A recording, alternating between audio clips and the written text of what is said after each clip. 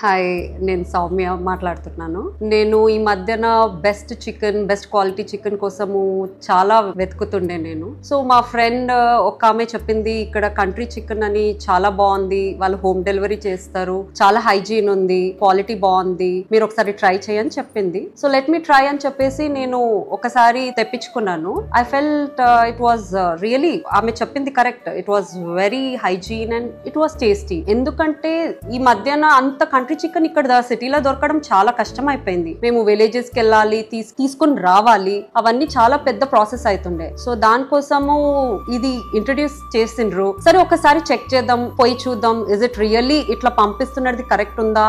Store కి వెళ్ళి చూసాను కానీ స్టోర్ లో కూడా చాలా బాగుంది, కరెక్ట్ గా ఉంది. Whatever they are giving to the house అక్కడ కూడా అదే మనకి ప్రొవైడ్ చేస్తున్నారు వాళ్ళు. అక్కడ కూడా చాలా మంచిగా ఉంది. ఇప్పుడు మన పిల్లలు కూడా ఎంత అని బ్రాయిలర్ చికెన్ మేము పెట్టగలుగుతాము. సో కొంచెం కంట్రీ చికెన్ కూడా వాళ్ళకి అలవాటు. అప్పుడు పాతకాలం మనుషులంతా అవే తింటుండే, వాళ్ళు ఇంకా ఎంత హెల్దీగా ఉన్నారు.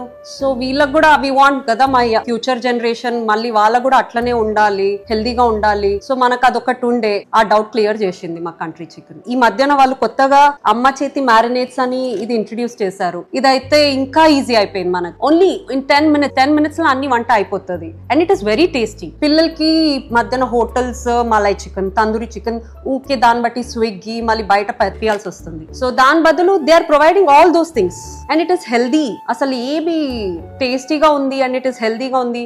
మేమే చేసి పెట్టినామని ఒక హ్యాపీనెస్ కూడా ఉంటది అండ్ పిల్లలు కూడా we're getting that hotel food అని వాళ్ళకు ఆ ఫీలింగ్ కూడా వచ్చేస్తుంది. So I think we all have to go for this అమ్మ చేతి మ్యారినేట్స్ అండ్ కంట్రీ చికెన్ కి మేము చేస్తే బెటర్ అనిపిస్తుంది. Like if we choose that thing, అది మాకి బెస్ట్ సెలెక్షన్ అండ్ ఆప్షన్ అని అనిపిస్తుంది. సో అందరు హెల్దీగా ఉండొచ్చు, we can stay fit and healthy.